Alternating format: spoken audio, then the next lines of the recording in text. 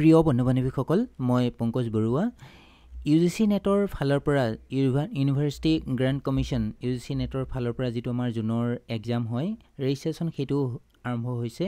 ইয়াতে চাওক আপোনালোকে ইউজিচি নেট জুন 2025 ৰ যেটো ৰেজিষ্ট্ৰেচন হেতু লাইভ হৈ গৈছে ইয়াতে আপোনালোকে পাব্লিক নোটিস আমাৰ ইয়াতে সেকেন্ড আছে নিউজ ইভেন্ট আৰু ক্যান্ডিডেট ক্যাটেগৰি ইয়াতে আপোনালোকে গোটেই ডিটেইলছ খিনি পাই যাব আৰু ইয়াতে পাব্লিক নোটিছত যদি চাই তাৰ ওপৰতে যদি চাই আপোনালোকে ইনফৰমেশন যেটো বুলেটিন হয় জুনৰ 2025 ৰ সেইখন আপোনালোকে ডাউনলোড কৰি ল'ব আৰু নহলে মই ভিডিও ডেসক্ৰিপচনত দি দিম আপোনালোকে সেইখিনি ডাউনলোড কৰি ল'ব পাৰিব সেইখিনি কাৰণে প্ৰথমতে আপোনালোকে যাব লাগিব ugcnet.nta.ac.in এই ওয়েবসাইটত গৈ লৈ আপোনালোকে এই গোটেই ডিটেইলছ খিনি ওলাই যাব নহলে গুগলত গৈ লৈ আপোনালোকে ইউজিচি নেট বুলি মাই দিয়া লগে লগে আপোনালোকে সেই ডিটেইলছ খিনি আপোনালোকে পাই যাব এতিয়া প্ৰথমতে ইয়াতে যদি আপোনালোকে ৰেজিষ্টাৰ বা লগইন হিয়াৰ বুলি এই অপচনটোত ক্লিক কৰি দিয়াৰ লগে লগে তাতে আপোনালোকে এনেকুৱা ধৰণৰ এটা পেজ খোল খাই যাব ইউজিচি নেট জুন 2025 ইয়াৰ কাষত চাওক ইয়াত আমাৰ ইয়াত এনেকে আহিছে অনলাইন ৰেজিষ্টাৰ্ড ক্যান্ডিডেট সকলে ইয়াতে লগইন কৰি বা পাছৱৰ্ডটো দি তেখেতসকলে লগইন কৰিব পাৰিব নহলে আপোনালোকে ইয়াতে চাওক নিউ ক্যান্ডিডেট ৰেজিষ্টাৰ হিয়াৰ এই অপচনটোত আপোনালোকে গৈ লৈ এটো ক্লিক কৰি দিয়াৰ লগে লগে এই পেজটো এনেকে খোল খাই যাব ইয়াতে কি ডিটেইলছ খিনি সবিশেষ আছে আৰু ইয়াতে নহলে ইয়াৰ পৰা আপোনালোকে ইনফৰমেশন বুলেটিন খিনি এনেকে ডাউনলোড কৰিব পাৰে কি যিখিনি আমাৰ ৰুলছ ৰেগুলেশন সেইখিনি গুটেইখিনি ইয়াত এনেকে দিয়াৰ পিছত এই অপচনটো টিক কৰাৰ লগে লগে এটো টিক কৰি দিয়াৰ লগে আৰু ক্লিক হিয়াৰ প্ৰসেস কৰি দিয়াৰ লগে আপোনালোকে ইয়াৰ পেজটো এনেৰে খোল খাই যাব এতিয়া ইউজিচি নেটৰ ফাল পা দিয়া যেটো আমাৰ পাব্লিক নোটিস সেই পাব্লিক নোটিসটো আপোনালোকে নিশ্চয় গম পাইছে ইয়াত সাবজেক্ট ইয়াত এনেকে দিছে যে কে তাৰিখে আমাৰ এক্সাম হ'ব সেই সবিশেষখিনি আপোনালোকে ইয়াৰ পৰা এনে ডাউনলোড কৰি ল'ব পাৰিব বা চাব পাৰিব লগতে ইয়াত আৰু এটা দিছে চাওক আপোনালোকৰ ইয়াতে ইউজিচি নেট জুন 2025 ৰ কাৰণে আমাৰ দুটা আমাৰ মানে যোগাযোগৰ কাৰণে দিছে ক্যান্ডিডেট সকলৰ যদি কিবা অসুবিধা পায় ইয়াতে নম্বৰ দুটা এনে দৰে দিছে 0114075900 নহলে 0116227700 এই দুটা নম্বৰ আপোনালোকে যোগাযোগ কৰিব পাৰে নহলে আৰু এটা ইমেইল কৰিব পাৰে আপোনালোকে ugcnet@nta.ac.in এই মেইল এইটোত গইলে আপোনালোকে মেইল কৰিব পাৰে তেতিয়া আপোনালোকে কিবা যদি অসুবিধা থাকে আপোনালোকে সেই সবিখিনি পাই যাব এতিয়া আমি চাও যিখন ইনফৰমেশন বুলেটিন সেই ইনফৰমেশন বুলেটিন খিনিত আমাৰ কি দিয়া আছে তাতে যদি আপোনালোকে চাই ইয়াতে আমাৰ বিভিন্ন ধৰণৰ চেপ্টাৰ ওয়াইজ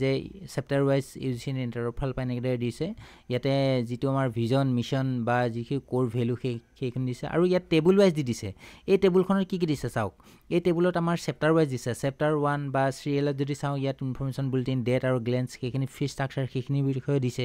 আৰু ইয়াৰ এপ্লিকেশন প্ৰসেসটো কেনেদৰে হ'ব সেইটোৰ ওপৰত দিছে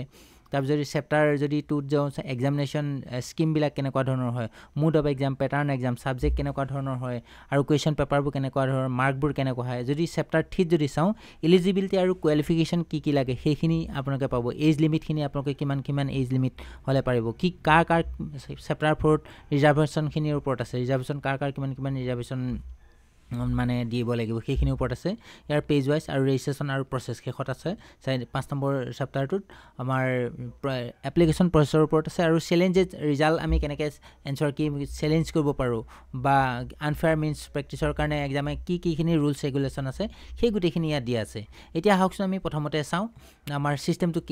কি দিছে আপোনালোকে ইয়াতে যে চাওক online registration and submission application form যদি চাই আপোনালোকে এইটো কিমান দিছে 16 এপ্ৰিল 2025 এই ডেটটো একদম মনত ৰাখিব 16 এপ্ৰিল 2025 ৰ পৰা অনলাইন আৰম্ভ হৈ গৈছে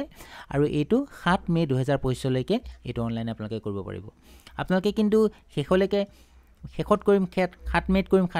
মেত কৰিম বুলি ভাবি আপোনালোকে কিন্তু দেৰি কৰি নাথাকিব কাৰণ কেতিয়াবা ওয়েবসাইট ডাউন হৈ যাব পাৰে সেইটো কাৰণে আপোনালোকে https://ugcnet.nta.sc.in এইটোত গইলে পাব পাৰিব সেইখিনি ইয়াত এইখনত দিছে আৰু যদি লাষ্ট ডেট যদি চাও লাষ্ট ডেট অফ আমাৰ ট্ৰানজেকশন ফৰ এক্সামিনেশন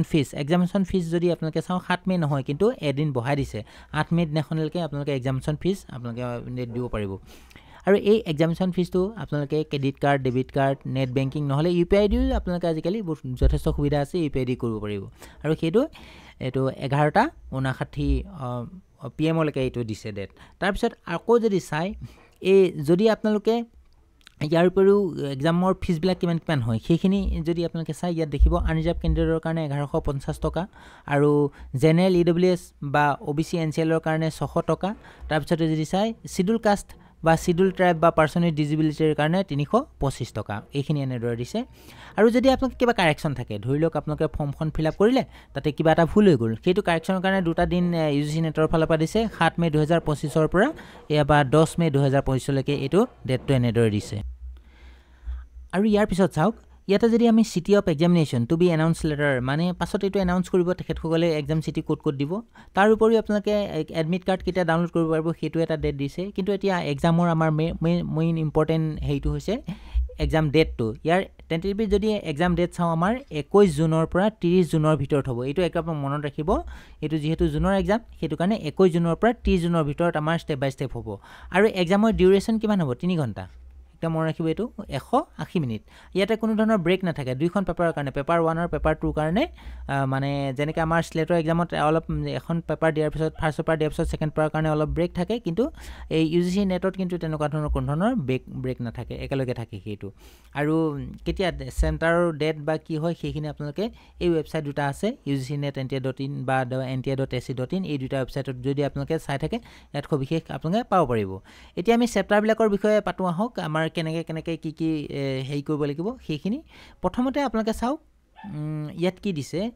আপোনালোকে এটা কথা মনত ৰাখিব যেতিয়া অনলাইন এপ্লিকেশ্যনটো কৰে তাতে যাওঁতে কিন্তু যিখন ফটো আৰু ছিগনেচাৰ এই দুটা কিন্তু আপোনালোকে ভালকৈ দিব কাৰণ 80% ফেচ আপোনালোকে দিবলৈ যত্ন কৰিব কাৰণ যদি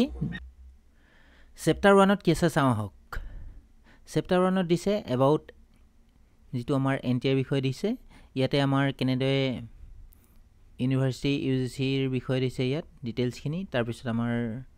ছেকেণ্ডটো যদি চাওঁ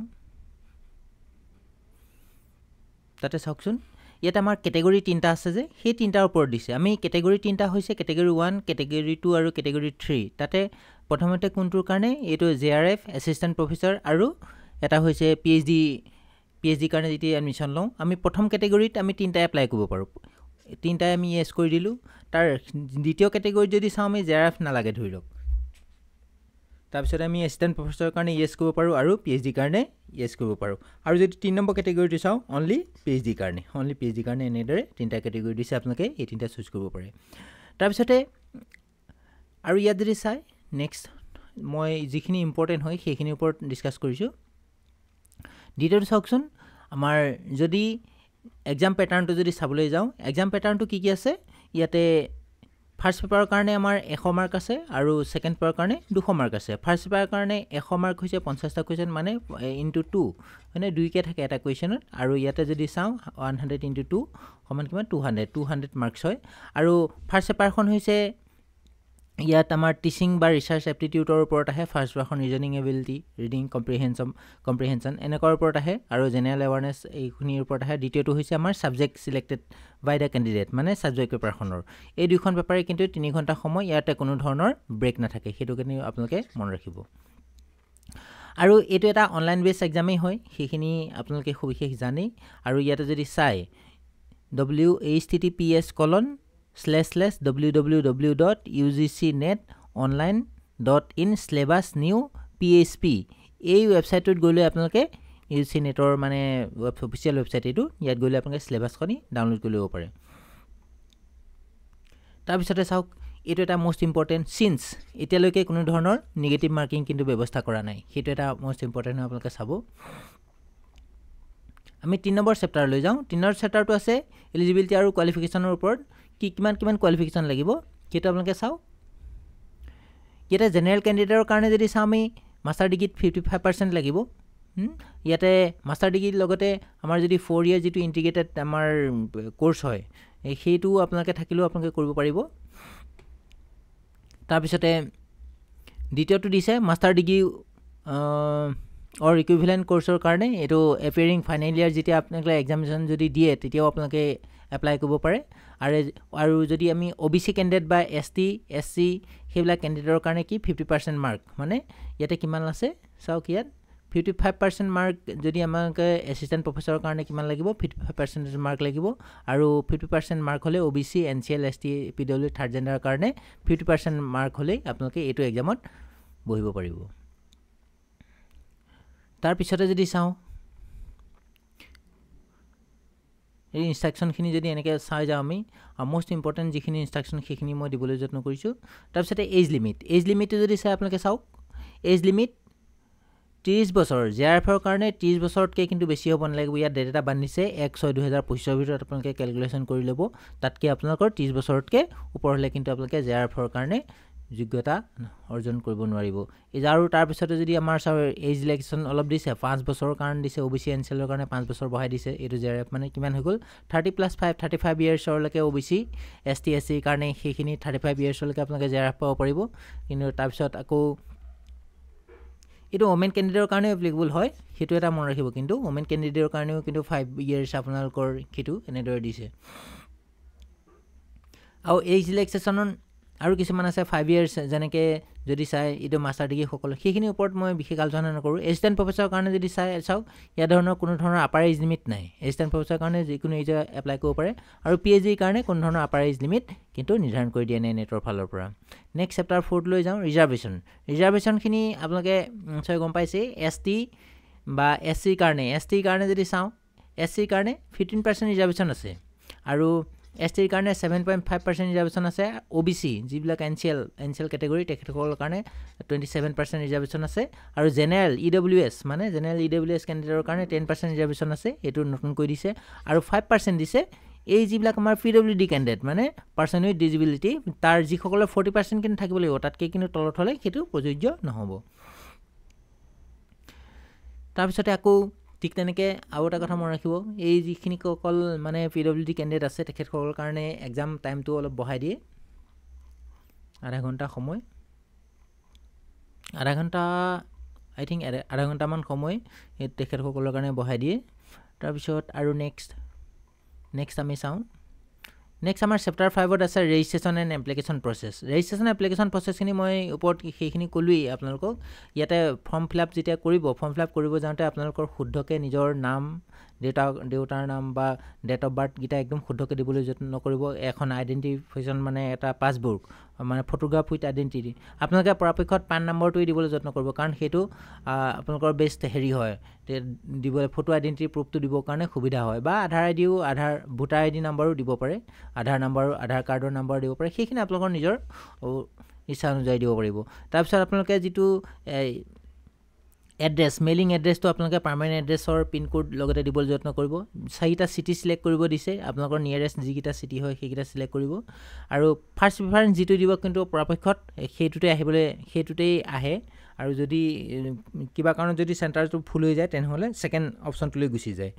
ঠিক তেনেকৈ আকৌ চেণ্টাৰ কোডবিলাক আমাৰ সেইখিনি আপোনালোকে ছাবজেক্ট কোডখিনি চিলেক্ট কৰিব পষ্ট গ্ৰেজুৱেশ্যনৰ কাৰণে সেই এনেক্সাৰবিলাক আছে সেই এনেক্সাৰসকল ফিল আপ কৰিব তাৰপিছতে যদি আমাক কেটেগৰী চাৰ্টিফিকেট সেইবিলাক দিব যেনেকৈ সেইখিনি লগতে অনলাইন কৰোঁতে সেইখিনি আগৰ হাতত ৰাখিব সেইখিনি আপোনালোকে ৰাখিব আৰু ইকনমিকেলি উইকাৰ ছেকশ্যন EWSৰ কাৰণে সেইখিনি ডকুমেণ্টছ PWD কেণ্ডিডেটৰ কাৰণে সেই গোটেইখিনি স্কেন JPG ফৰ্মেটত আপোনালোকে সেইখিনি স্কেন কৰি দিব পাৰিব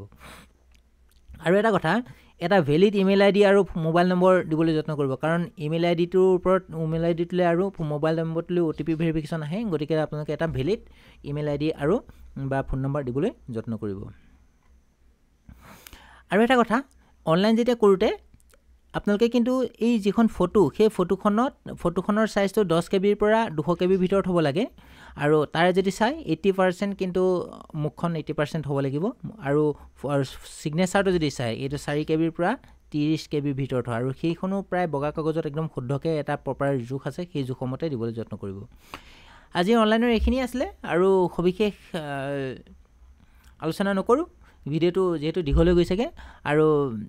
আপোনালোকলৈ শুভেচ্ছা থাকিল যিহেতু ৰাইট এডুকেশ্যন তৰফৰ পৰা মই পংকজ বৰুৱাই আপোনালোকলৈ অসমীয়াৰ ওপৰত মই যিহেতু ভিডিঅ' দিওঁ আপোনালোকে মোৰ চেনেলটো ছাবস্ক্ৰাইব কৰি ল'ব তেতিয়া অনাগত দিনত আপোনালোকৰ কাৰণে অসমীয়া বিভাগৰ অন্যান্য তথ্য পাবৰ কাৰণে সুবিধা হ'ব বুলি আশা ৰাখিলোঁ ভিডিঅ'টো ইমানেই আছিলে ভিডিঅ'টো শেষলৈকে চোৱাৰ বাবে বহুত বহুত ধন্যবাদ থেংক ইউ